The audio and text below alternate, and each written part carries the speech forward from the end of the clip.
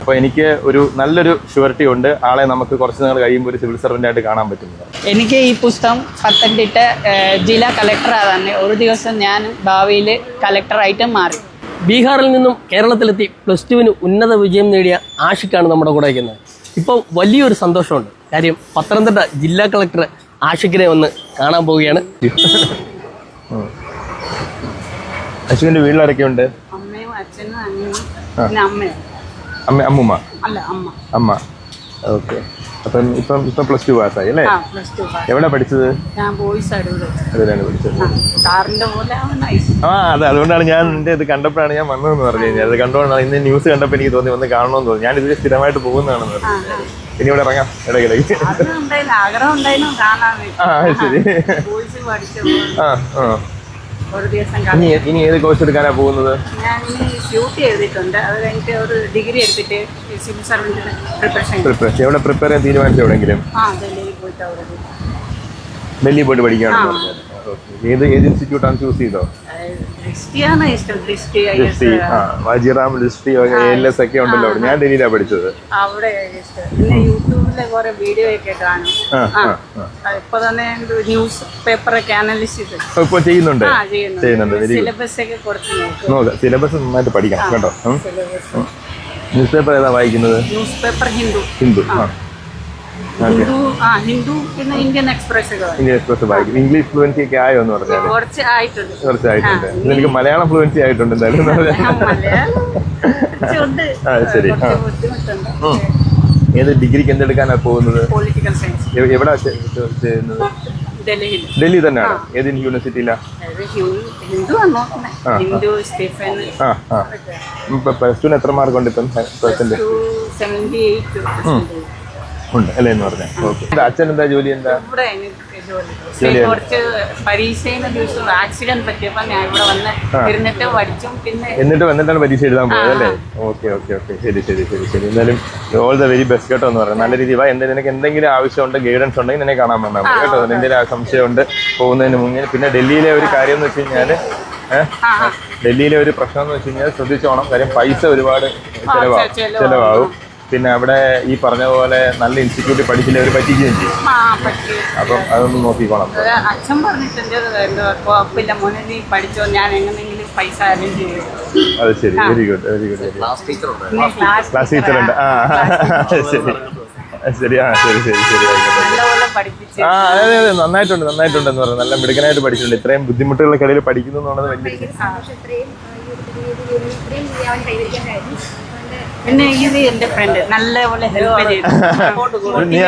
മലയാളം പഠിപ്പിച്ചു കൊടുത്തത്. ശരി. എന്താ പേരെന്താ? അദ്വൈത്. ഓക്കെ. ശരി. സ്കൂൾ ടോപ്പറാണ്. ആണോ? സ്കൂൾ ടോപ്പറാണ്. ശരി. എന്താ അദ്വൈത് എന്താവാൻ ആഗ്രഹം? IAS ആണ്. പോകുന്നുണ്ട്. ഡൽഹി പോവാണോ പഠിക്കാൻ? അതെന്താണ്? എൻട്രൻസ് ഉണ്ട്. എഴുതിയിട്ടുണ്ട്. കിട്ടിയോ? അതിന്റെ റിസൾട്ട് ആയോ? ഇല്ലല്ലോ അല്ലേ? എക്സാം നടന്നുണ്ട്. എൻട്രൻസ് ഒന്നും എഴുതിയില്ലല്ലേ? എഴുതിയിട്ടുണ്ടായിരുന്നു. പൊളിറ്റിക്കൽ സയൻസ് ആണ് എടുക്കാൻ താല്പര്യം. ഓക്കെ. വെരി ഗുഡ് കേട്ടോ എന്ന് പറഞ്ഞു. നല്ലൊരു ഡയറി. വീട്ടിലാണ്. അത് കുഴപ്പമില്ല എന്ന് പറഞ്ഞു. ഡയറി ഇംഗ്ലീഷിലാണ്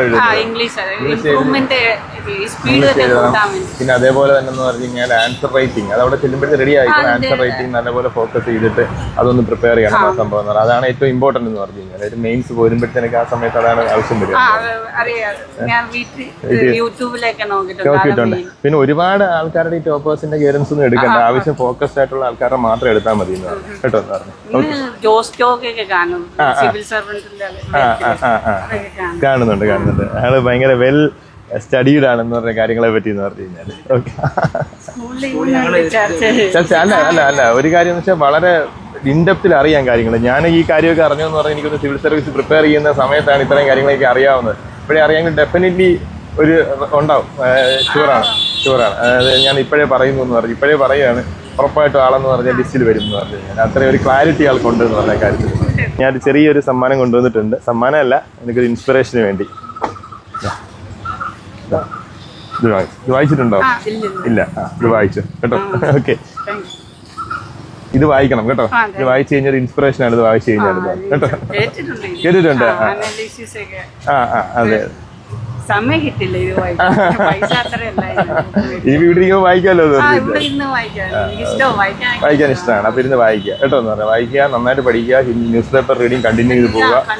പിന്നെ ഇപ്പം എല്ലാം കൂടുതൽ ഓൺലൈൻ ആയിട്ടൊക്കെ അവൈലബിൾ ആണ്. എന്നാലും ഒരുപാട് അങ്ങ് പോവാതെ സിലബസ് നോക്കി സിലബസ് സ്റ്റിക്ക് ഓൺ ചെയ്ത് പഠിക്കുക. ഓക്കെ ശരി ശരി ഓക്കെ ശരി ഓക്കെ. അപ്പോൾ ഓൾ ദ വെരി ബെസ്റ്റ്. നമുക്ക് എപ്പോഴും സിവിൽ സർവൻ്റ് ആയിട്ട് കാണാം കേട്ടോ എന്ന് പറഞ്ഞു രണ്ടുപേരും കേട്ടോ. ഓക്കെ ശരി. ന്യൂസ് കണ്ടപ്പോഴാണ് ഇങ്ങനെ ഒരാൾ ഇവിടെ ഉണ്ട് എന്നുള്ള കാര്യം മനസ്സിലായത്. പേര് മറന്നു എന്തായിരുന്നു? ആഷിഖ് ഫരിയാദ്. അപ്പോൾ ആള് എന്താ പറയുക, ന്യൂസ് കണ്ടപ്പോഴത്തേന് തന്നെ ഞാൻ വളരെ ഇംപ്രസ്ഡ് ആയി. കാര്യം വെച്ചാൽ ഇത്രയും ഒരു ബുദ്ധിമുട്ടുള്ള അതായത് വളരെ ബുദ്ധിമുട്ടി അച്ഛൻ്റെ ജോലി ഏറ്റെടുത്തുകൊണ്ട് ചെയ്തിട്ടാണ് +2 ഇത്രയും ഒരു ഉന്നത വിജയം നേടിയിരിക്കുന്നത്. ഇവിടെ വന്ന് സംസാരിച്ചപ്പോൾ എനിക്ക് മനസ്സിലായത് ആഷിക്കിന് ഒരു കരിയറിനെ പറ്റി വളരെ ഒരു കൃത്യമായ ക്ലാരിറ്റി ഉള്ള, അതിന് വളരെ കുറച്ച് കുട്ടികളെ ഞാൻ പലപ്പോഴും കാണാറുള്ളൂ. വളരെ കൃത്യമായ ഒരു ക്ലാരിറ്റി ആൾക്കുണ്ട്. ആൾ ഡൽഹി പോകാൻ റെഡിയായിട്ട് നിൽക്കുകയാണ്. പൊളിറ്റിക്കൽ സയൻസ് എടുത്തിട്ട് അവിടെ ഏറ്റവും നല്ല യൂണിവേഴ്സിറ്റി തന്നെ നോക്കുന്നുണ്ട്. അവിടെ ഏത് സിവിൽ സർവീസ് ഇൻസ്റ്റിറ്റ്യൂട്ടിൽ പഠിക്കണം എന്നുള്ള കാര്യം ആൾ തീരുമാനിച്ചിട്ടുണ്ട്. ആൾ ഇംഗ്ലീഷ് ഫ്ലുവൻ്റ് അല്ല, അതിനുവേണ്ടി ആൾ ഹിന്ദു പത്രം വായിക്കുന്നുണ്ട്, ഇന്ത്യൻ എക്സ്പ്രസ് വായിക്കുന്നുണ്ട്, ഡയറി എഴുത്ത ആൾക്കുണ്ട്. ആൾ യൂട്യൂബിലും ഒക്കെ നോക്കിയിട്ടെന്ന് പറഞ്ഞാൽ ഓൺലൈൻ കാര്യങ്ങളെല്ലാം കൃത്യമായിട്ട് അപ്ഡേറ്റഡ് ആയിട്ട് പോകുന്നുണ്ട്. അപ്പോൾ എനിക്ക് ഒരു നല്ലൊരു ഷുവറിറ്റി ഉണ്ട് ആളെ നമുക്ക് കുറച്ച് നാൾ കഴിയുമ്പോൾ ഒരു സിവിൽ സർവൻ്റ് കാണാൻ പറ്റുമെന്ന് പറഞ്ഞാൽ. വരുന്ന കുട്ടികൾക്ക് ഇതൊരു വലിയ മാതൃകയല്ലേ? തീർച്ചയായിട്ടും എന്ന് പറഞ്ഞാൽ ഒരു വലിയൊരു മാതൃകയാണ് ആൾ. കാര്യം നമുക്ക് പലപ്പോഴും അറിയാം കുട്ടികൾ നമ്മുടെ പലരും നമ്മൾ പോലും നമ്മളടക്കം മാതാപിതാക്കളടക്കം വളരെ കംഫർട്ട് സോണിൽ നിർത്തിയാണ് കുട്ടികളെ വളർത്തുന്നതെന്ന് പറയും. ഇതിപ്പം കണ്ടാലറിയാം, അച്ഛൻ ഇവിടെ കരിക്കച്ചവടമായിരുന്നു. അച്ഛന് വയ്യാതായപ്പോഴത്തേനാണ് ആഷിക്ക് ജോലി ഏറ്റെടുത്തത്. അത് ജോലി ഏറ്റെടുത്തതിനൊപ്പം തന്നെ ആളെ പഠനവും കാര്യങ്ങളും മുന്നോട്ട് കൊണ്ടുപോകുന്നുണ്ട്. ആൾ വായിക്കുക, പഠിക്കുക, ബാക്കി കാര്യം ഡയറി എടുത്ത് എല്ലാം പാരലി കൊണ്ടുപോയിട്ട് അതുപോലെ തന്നെ മലയാളം വളരെ ഫ്ലുവൻ്റ് ആയിട്ട് തന്നെ ആൾ പഠിച്ചെടുത്തുള്ളത് തന്നെ വളരെ വലിയൊരു കാര്യമാണ്. അപ്പം നമുക്ക് ബാക്കിയുള്ള കുട്ടികൾക്കെല്ലാം വളരെ ഒരു ഇൻസ്പിറേഷനാണ് ആശിക്കുന്നത്. പക്ഷേ നമ്മൾ വളരെ കംഫർട്ടോടെ ഇരിക്കുമ്പോഴാണ് നമുക്ക് ഈ പറഞ്ഞ പോലെ അനാവശ്യമായ ചിന്തകളും കാര്യങ്ങളും എല്ലാം പോകുന്നത്. ഇദ്ദേഹത്തിന് വളരെ കൃത്യമായിട്ട് അറിയാം ഇദ്ദേഹം പഠിച്ചാൽ മാത്രമേ ഈ കുടുംബം രക്ഷപ്പെടുകയുള്ളൂ എന്നുള്ള കാര്യം അറിയാം. അപ്പോൾ അതോടൊപ്പം തന്നെ പറയുന്നുണ്ട് അച്ഛനാണ് ഏറ്റവും വലിയ മോട്ടിവേഷൻ എന്നുള്ളതെന്ന് പറഞ്ഞത്. അപ്പോൾ അച്ഛൻ ആ ഒരു പേരൻസിൻ്റെ സപ്പോർട്ടും അതോടൊപ്പം തന്നെ ഒരു ക്ലിയർ ആയിട്ടൊരു വിഷൻ ഉണ്ടെങ്കിൽ നമ്മൾ ഇത്തരം കാര്യങ്ങളിലേക്കൊന്നും ചെന്ന് ചാടില്ല. നമുക്ക് കരിയറിനെ പറ്റി ഒരു ക്ലാരിറ്റി ഇല്ലാത്തപ്പോഴാണ് നമ്മൾ ഈ അനാവശ്യമായ കാര്യങ്ങളിലേക്കൊക്കെ പോകുന്നത്. ആൾക്ക് അബ്സല്യൂട്ട് ക്ലാരിറ്റിയാണ് ഈ കാര്യത്തിൽ എന്താണ് ചെയ്യേണ്ടതെന്നുള്ളതും എങ്ങനെ പ്രൊസീഡ് ചെയ്യുന്നത്. അപ്പോൾ ഇത് വളരെ വലിയൊരു മാതൃകയാണ് നമ്മുടെ കുട്ടികൾക്കെല്ലാം.